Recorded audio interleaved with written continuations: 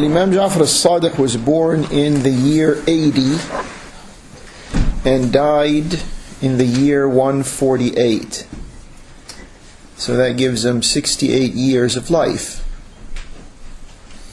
Of course, as is the case with almost everything that goes back to that time, there's always differences of opinion about when exactly was the person born. But I found that the year 80 was probably the fair year to say he was born.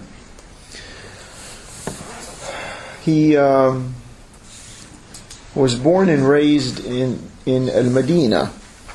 And Al-Madinah at the time was you can say, like we said earlier, one of the major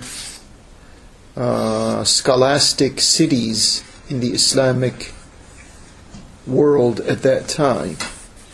The other part was in Iraq, and Al-Madinah was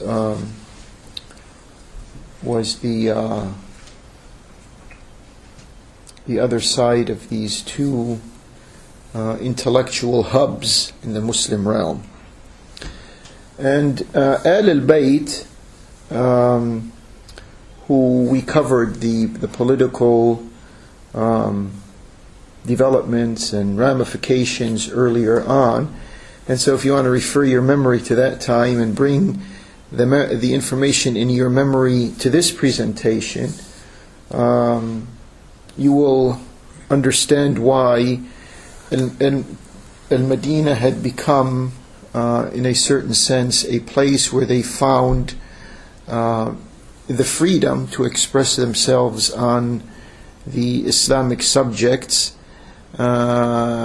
provided, and this is what they did with the exception of Imam Zayd, like we saw last month, or as we presented last month, he broke out of this limitation in Medina. But as for the rest, they kept their presence in Al-Madinah to honor its status for knowledge. So the other thing you should keep in your mind is Al-Madinah at that time was a place that was beaming with students and with scholars. Imam Jafar al-Sadiq, of course, comes from a family that is known for its erudition or its intellectual quality. And there was an acknowledgement, a popular acknowledgement of that. On the political level, there was an official fear of that. Al-Madinah was a home to Al-Imam Ali Zayn al-Abidin, who is the grandfather of Imam Jafar, and was also the residence of his own father, Imam Muhammad al-Baqir. And people, Mecca, of course everyone knows Mecca is Mecca, so Muslims go to Mecca, but in a secondary sense, Al-Madinah is an addendum to Mecca. It's like an annex to Mecca. So a lot of people go to Al-Madinah. And when they did, a lot of Muslims that is, for the purposes of Hajj and Umrah, when they did go to Al-Madinah, they used to go to the different classes that were held at the time in the masajid.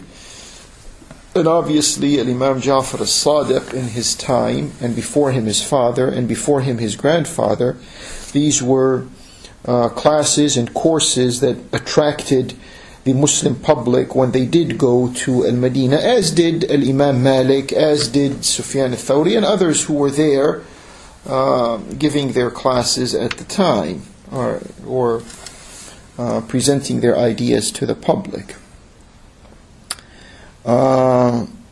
people also who would go and attend these classes would, in their own selves, make up their mind whether, let's say, Imam Jafar Sadiq or Imam Malik are the ones that they agree with more.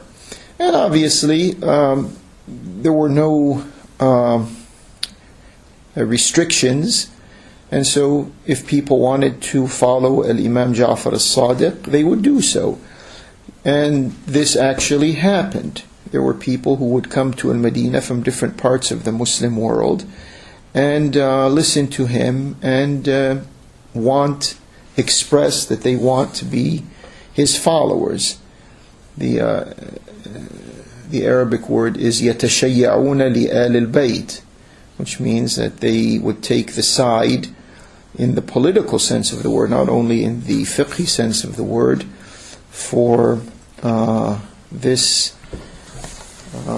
lineage of people who were persecuted in the previous years. And in this process also you had those who were sincere, those who became followers, students, workers for the imams, and those who were not sincere. Both of these were there. Both of these elements were there.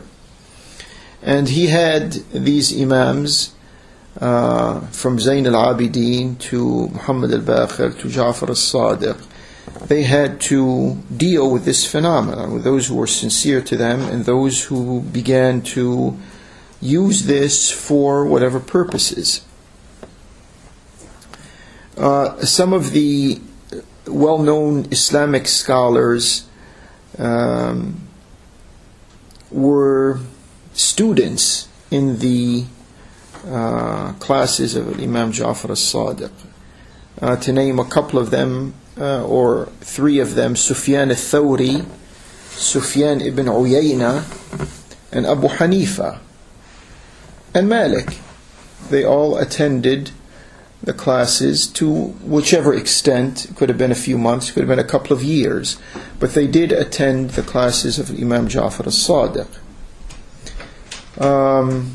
I would like to mention an incident that probably gives you a sense of the times. When Imam Muhammad al-Baqir, who was al-Sadiq's father, when he was giving his presenting his ideas, explaining the Quran, the Hadith, and other issues there, Abu Hanifa came to him. Abu Hanifa obviously was living in Iraq, so he went to Al-Madinah, and then when he was in Al-Madinah he said, I'm going to go and see Imam Al-Baqir. So there's this little exchange. Before I get into that, Abu Hanifa at the time had the reputation of being a very opinionated person.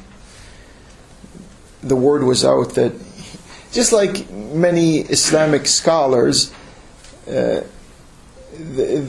reputation is not exactly themselves. So Abu Hanifa had this reputation that this person is very liberal in formulating his own opinion without being very much concerned with finding the hadith or the context for that opinion. Obviously, when this word was out and Imam al-Baqir had never met him before, was not familiar with him, and people saying what they did say, and now Abu Hanifa was there, he was with him, so there was this little encounter that occurred between them. And here's how it goes. Imam al-Baqir tells